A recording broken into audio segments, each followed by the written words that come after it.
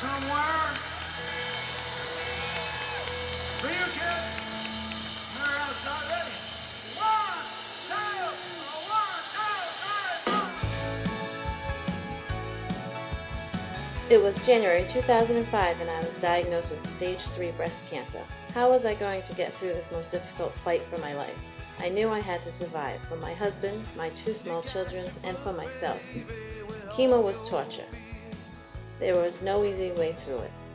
I would listen to Bruce while I sat in the doctor's office and the cancer-killing poison pumped through my veins.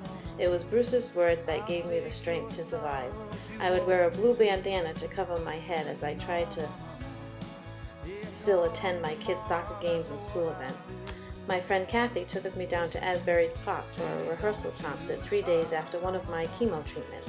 I felt like crap, but it was worth the 5-hour drive to see Bruce, even if I had to wear my blue bandana. I made it to my next birthday and my kids gave me a Bruce shirt. They had become big Bruce fans too. I was on the road to recovery. I had always gone over in my mind how I could tell Bruce just what he had meant to me and how he has affected my life.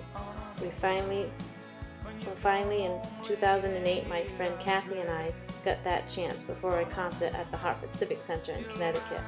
Bruce pulled up outside while we were waiting to get a glimpse at him entering. It was Kathy and I and my niece Jenny. Bruce informed security it was okay for us to approach the car. We walked up, and here was my chance to tell him everything I had rehearsed over and over in my head. I had my bandana and a Sharpie marker ready in hand. I wanted to thank him for his music and the inspiration it gave me to battle breast cancer.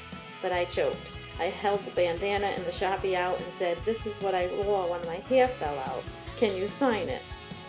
Bruce looked at me confused, but thankfully my friend Kathy jumped in and told him my story. The whole time he was enthralled with the story and he was writing on my bandana, "Love, love, love." It was amazing how he really listened to our story, with great concern of how I was doing. I was overwhelmed and was crying and walked away from the car and got a hug from my niece. Kathy continued to talk with Bruce. Bruce asked her how I was doing now, and she said I was doing fine. He asked her what my name was, and she said it was Janey. In fact, while she was going through chemo, everyone would tell her, "Janey, don't you lose heart." Bruce looked up at her and pointed and said, "That's good," with a smile. Kathy and I were so excited we finally had told Bruce our story. That was the beginning of a wonderful and life-changing night. We went into the concert and sat in our seats, with me at half court, my sister Julie across the way, and Kathy on the side of the stage. 12 songs into the concert, Bruce says, "This next song's for Janey. She's out there somewhere. This is for you, kid. I met her outside. Ready? 1, 2, 3. And he starts playing "Janey, Don't You Lose Heart." Oh my God, I was standing there with my hands on my head, tears running down my face. A stranger next to me says, "What's the matter?" And I said, "That's me, I'm Janey." I could not believe he was singing a song to me. My life was complete. Every time I think of that night, I get overwhelmed and my eyes fill up with tears.